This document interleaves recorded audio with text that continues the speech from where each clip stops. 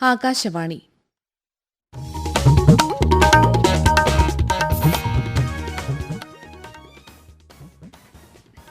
നമസ്കാരം. പ്രാദേശിക വാർത്തകൾ വായിക്കുന്നത് നിമിഷ. പ്രധാന വാർത്തകൾ. ഇന്ന് നാവികസേനാ ദിനം. ഒഡീഷയിലെ പുരി ബ്ലൂ ഫ്ളാഗ് ബീച്ചിൽ നാവികസേനാ ദിനാഘോഷത്തിൽ രാഷ്ട്രപതി ദ്രൌപദി മുർമു മുഖ്യാതിഥിയായി പങ്കെടുക്കും. നിയമസഭാ ഉപതെരഞ്ഞെടുപ്പിൽ വിജയിച്ച രാഹുൽ മാങ്കൂട്ടത്തിലും UR പ്രദീപും നിയമസഭാംഗങ്ങളായി സത്യപ്രതിജ്ഞ ചെയ്തു.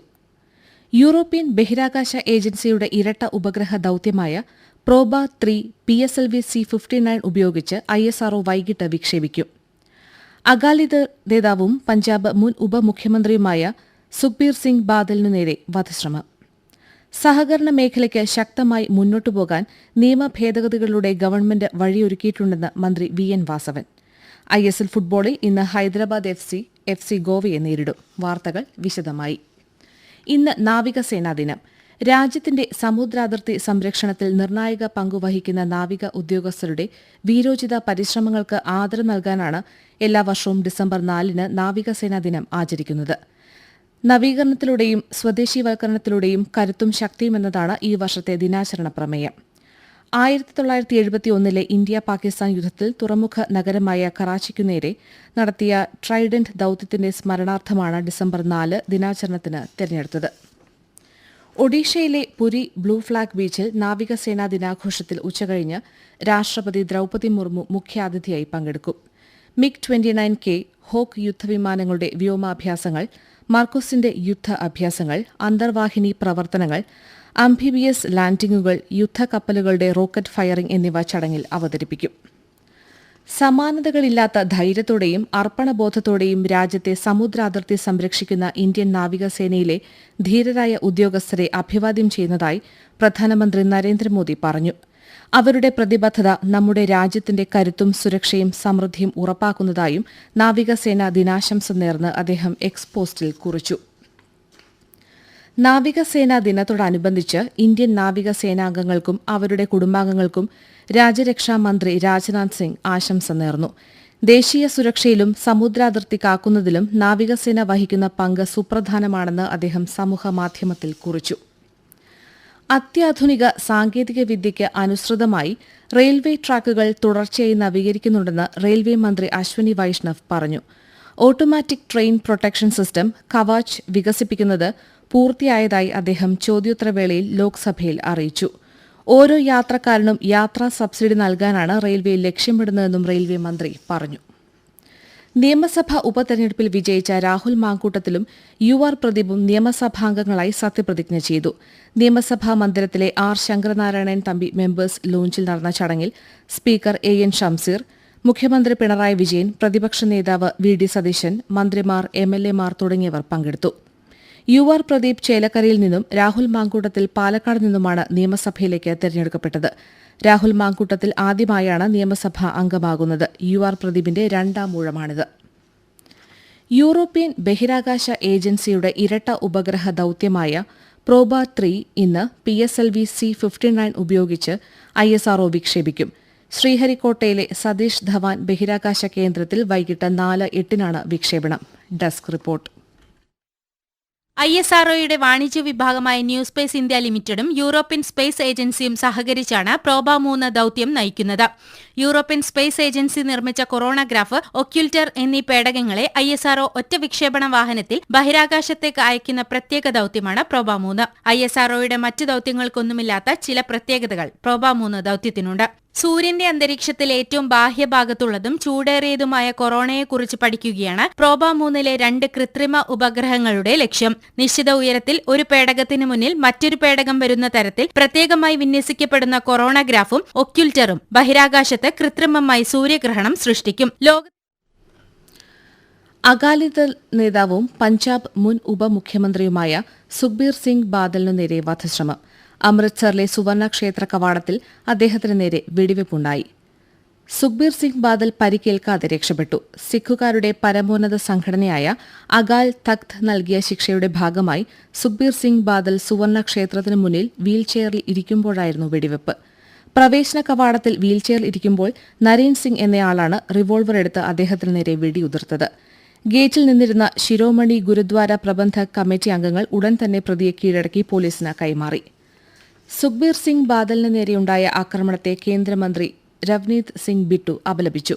സംഭവത്തെക്കുറിച്ച് അന്വേഷിക്കണമെന്ന് പാർലമെന്റിന് പുറത്ത് മാധ്യമങ്ങളോട് സംസാരിക്കവെ ബിട്ടു ആവശ്യപ്പെട്ടു. സുഖ്ബീർ സിംഗ് ബാദലിന് നേരെ വെടിയുതിർത്ത നരേൻ സിംഗ് ചൌരയാണ് ബുറൈൽ ജയിൽ ചാട്ടത്തിന്റെ സൂത്രധാരനെന്നും തീവ്രവാദികളെ ജയിലിൽ നിന്ന് രക്ഷപ്പെടാൻ സഹായിച്ചതെന്നും അദ്ദേഹം പറഞ്ഞു. പ്രാദേശിക വാർത്തകളാണ് കേൾക്കുന്നത്. സഹകരണ മേഖലയ്ക്ക് അഭിമാനകരമായ നേട്ടങ്ങളുമായി ശക്തമായി മുന്നോട്ടു പോകാൻ നിയമ ഭേദഗതികളുടെ ഗവൺമെന്റ് വഴിയൊരുക്കിയിട്ടുണ്ടെന്ന് മന്ത്രി വി എൻ വാസവൻ പറഞ്ഞു. അനഭരക്ഷീണമായ പ്രവണതകൾ തടയാൻ ശക്തമായ നിയമ സംവിധാനങ്ങൾ ഇന്ന് സംസ്ഥാനത്തുണ്ടെന്നും മന്ത്രി വ്യക്തമാക്കി. സമ്പദ് മേഖലയിൽ വൻകിട കോർപ്പറേറ്റുകളെ ചെറുക്കുന്ന ബദൽ മാർഗ്ഗങ്ങൾ സൃഷ്ടിക്കാൻ കേരളത്തിലെ സഹകരണ പ്രസ്ഥാനത്തിന് കരുത്തുണ്ടെന്നും വാസവൻ പറഞ്ഞു. 71ാമത് അഖിലേന്ത്യാ സഹകരണ വാരാഘോഷത്തിന്റെ സമാപന സമ്മേളനം തിരൂരിൽ ഉദ്ഘാടനം ചെയ്യുകയായിരുന്നു മന്ത്രി. ചെറുകിട നാമമാത്ര കർഷകരെ ഉൾപ്പെടുത്തി ഏലം വിള ഇൻഷുർ ചെയ്യുന്നതിന് കുറഞ്ഞ പരിധി 2.5 ഏക്കറിൽ നിന്ന് 1 ഏക്കറായി കുറച്ച് ഗവൺമെന്റ് ഉത്തരവ് പുറപ്പെടുവിച്ചു. 1 ഏക്കറിന് വർഷത്തിൽ 600 രൂപയാണ് ഇൻഷുറൻസ് തുക. വിഴിഞ്ഞം അന്താരാഷ്ട്ര തുറമുഖം വാണിജ്യാടിസ്ഥാന ഓപ്പറേഷന് തുടക്കമായി. ഇതു സംബന്ധിച്ച പ്രഖ്യാപനവും സർട്ടിഫിക്കറ്റ് കൈമാറലും അല്പസമയത്തിനകം നടക്കും. യാത്രാ നിരോധനം ഏർപ്പെടുത്തിയ കാനനപാത ശബരിമല തീർത്ഥാടകർക്കായി തുറന്നു.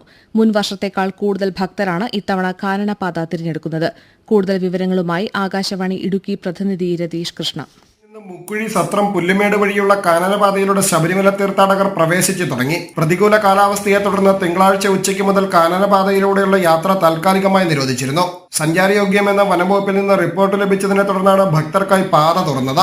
ഇത്തവണ മണ്ഡലകാലം തുടങ്ങി 2 ആഴ്ച പിന്നിട്ടപ്പോൾ തന്നെ 9,000-ഓളം ഭക്തർ കാനനപാതയിലൂടെ കാൽനടയായി ശബരിമലയിലേക്ക് പോയി.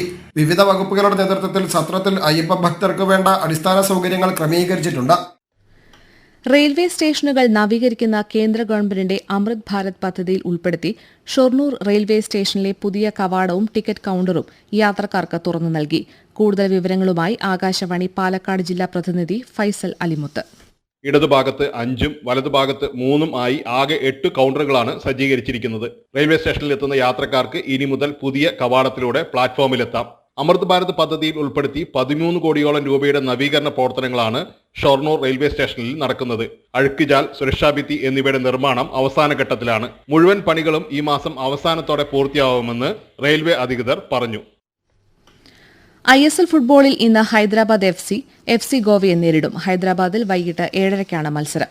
ഷാർജയിൽ under 19 Asia cup cricket tournament group A മത്സരത്തിൽ ഇന്ത്യക്കെതിരെ ടോസ് നേടി ബാറ്റിംഗ് തെരഞ്ഞെടുത്ത UAE ഒടുവിൽ റിപ്പോർട്ട് കിട്ടുമ്പോൾ 25 ഓവറിൽ 5 വിക്കറ്റ് നഷ്ടത്തിൽ 88 റൺസെടുത്തു.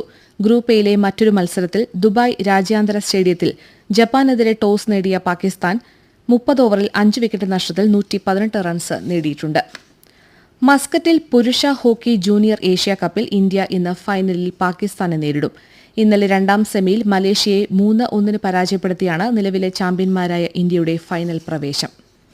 ലോക ചെസ് ചാമ്പ്യൻഷിപ്പിലെ 8ാം മത്സരം ഇന്ന് സിംഗപ്പൂരിൽ. ഇന്നലെ 7ാം മത്സരം സമനിലയിൽ പിരിയുകയായിരുന്നു. ഇന്ത്യൻ ഗ്രാൻഡ് മാസ്റ്റർ ഡി ഗുഗേഷും ഇപ്പോഴത്തെ ലോക ചാമ്പ്യൻ ചൈനയുടെ ഡിങ് ലിറിനും ചാമ്പ്യൻഷിപ്പിൽ 3.5 പോയിന്റ് വീതം നേടി ഒപ്പത്തിന് ഒപ്പമാണ്. കാഴ്ച പരിമിതർ നേരിടുന്ന വെല്ലുവിളികൾ നേരിട്ട് അനുഭവിക്കാൻ മറ്റുള്ളവർക്കും അവസരം നൽകുന്നതിനായി മലപ്പുറം കളക്ടറേറ്റ് കോൺഫറൻസ് ഹാളിൽ നാളെ ഒരു ദിവസത്തേക്ക് ഡാർക്ക് റൂം ഒരുക്കും. അന്താരാഷ്ട്ര ഭിന്നശേഷി ദിനാചരണത്തിന്റെ തുടർച്ചയായ രാവിലെ 10 മണി മുതലാണ് കാഴ്ച പരിമിതരുടെ ലോകം മറ്റുള്ളവർക്കും അനുഭവേദ്യമാക്കുന്ന വ്യത്യസ്തമായ പരിപാടി ജില്ലാ ഭരണ കാര്യാലയം ഒരുക്കുന്നത്. പ്രധാന വാർത്തകൾ വീണ്ടും. ഇന്ന് നാവികസേനാ ദിനം. ഒഡീഷയിലെ പുരി ബ്ലൂ ഫ്ളാഗ് ബീച്ചിൽ നാവികസേനാ ദിനാഘോഷത്തിൽ രാഷ്ട്രപതി ദ്രൌപദി മുർമു മുഖ്യാതിഥിയായി പങ്കെടുക്കും. നിയമസഭാ ഉപതെരഞ്ഞെടുപ്പിൽ വിജയിച്ച രാഹുൽ മാങ്കൂട്ടത്തിലും UR പ്രദീപും നിയമസഭാംഗങ്ങളായി സത്യപ്രതിജ്ഞ ചെയ്തു. യൂറോപ്യൻ ബഹിരാകാശ ഏജൻസിയുടെ ഇരട്ട ഉപഗ്രഹ ദൌത്യമായ പ്രോബ 3 PSLV C-59 ഉപയോഗിച്ച് ISRO വൈകിട്ട് വിക്ഷേപിക്കും. അകാലിദൾ നേതാവും പഞ്ചാബ് മുൻ ഉപമുഖ്യമന്ത്രിയുമായ സുഖ്ബീർ സിംഗ് ബാദലിനു നേരെ വധശ്രമം. സഹകരണ മേഖലയ്ക്ക് ശക്തമായി മുന്നോട്ടു പോകാൻ നിയമ ഭേദഗതികളുടെ ഗവൺമെന്റ് വഴി ഒരുക്കിയിട്ടുണ്ടെന്ന് മന്ത്രി വി എൻ വാസവൻ. ISL ഫുട്ബോളിൽ ഇന്ന് ഹൈദരാബാദ് എഫ് സി ഗോവയെ നേരിടും. പ്രാദേശിക വാർത്തകൾ കഴിഞ്ഞു.